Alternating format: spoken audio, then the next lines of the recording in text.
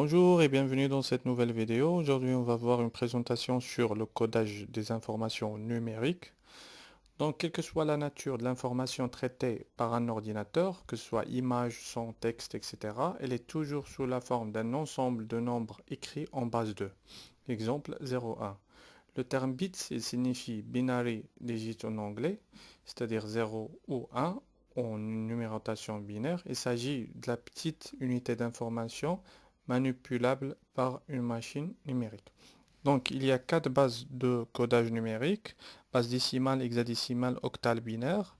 Donc, pour la base décimale, son indice c'est 10 et il comprend des valeurs entre 0 et 9.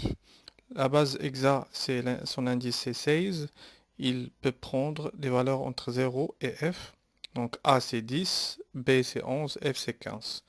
La base octale c'est indice 8. Il prend des valeurs entre 0 et 7. La base binaire, il peut prendre que deux valeurs 0 ou 1. Donc si on veut passer d'une base x à une base décimale, on multiplie par l'indice de la base en question en commençant par la plus grande puissance du poids fort. Exemple, 1, 0, 1, 0, 1, 1 en binaire est égal à 1 fois 2 à la puissance 7 plus 0 fois 2 à la puissance 6 plus 1 fois 2 à la puissance 5, etc. Donc, on aura comme résultat 167 à la base 10. La valeur du poids fort c'est 7 et la valeur du poids faible c'est 0. On a 8 chiffres et donc le poids fort c'est à la puissance 7. Un deuxième exemple, on veut passer de la base hexadécimale en base décimale. Donc on fait la même chose. En base binaire, on a l'indice c'est 2. En base hexadécimale, l'indice c'est 16. Donc F8 à la base hexadécimale est égal F c'est 15 fois 16 à la puissance 1 plus 8 fois 16 à la puissance 0 est égal à 248 en base décimale. Maintenant, le contraire, on va voir comment passer d'une base décimale à une base x, octale, hexadécimale ou binaire. Donc, on prend un exemple, 248 à la base décimale en base binaire. Donc, la règle, c'est on va diviser par la base x jusqu'à l'annulation du quotient.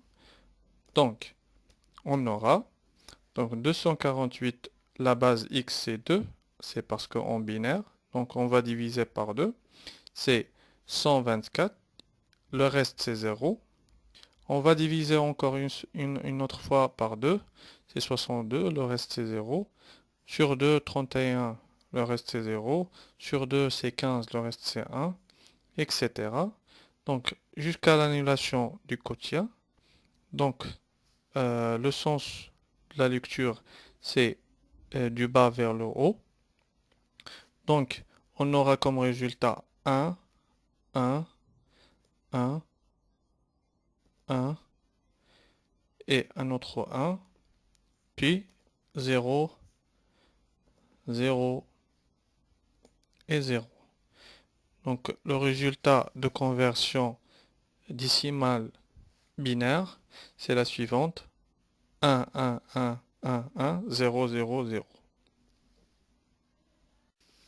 Un autre exemple, 247 en octale. Donc l'indice de la base octale c'est 8. Donc 245 sur 8 c'est 30. Le reste c'est 7. 30 sur 8 c'est 3. Le reste c'est 6. 3 sur 8 c'est 0. Le reste c'est 3. Donc on aura comme résultat, le sens de lecture c'est du bas vers le haut. Donc 3, 6 et 7. Donc le résultat c'est 367 en base 8 en octale.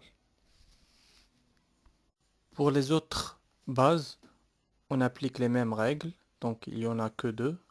J'espère que vous avez appris le principe de conversion. Merci et à la prochaine.